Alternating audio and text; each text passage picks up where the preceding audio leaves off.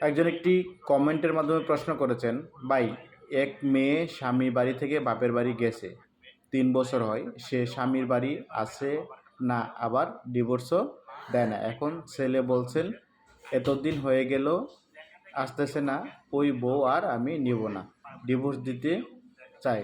ছেলে কি ডিভোর্স দিতে পারবে কি না? দেখেন, যদি 3 বছর বাবার বাড়ি থাকে এবং আসতে না চায়, সেই কারণটাই যথেষ্ট ডিভোর্স দেওয়ার জন্য, চাইলে ডিভোর্স দিতে পারবে। আর মেয়ের কথা যেটা বলতেছেন, মেয়ে আসে না ডিভোর্স দেয় না, মেয়েরা কিন্তু ডিভোর্স দিতে পারে না, ডিভোর্স চাইতে পারে স্বামীর কাছে, তো তার ডিভোর্স দেওয়ার ক্ষমতা নাই। সুতরাং সে ডিভোর্স কীভাবে দিবে? সে তার স্বামীর কাছে চাইলে তার স্বামী তাকে ডিভোর্স দিতে পারে।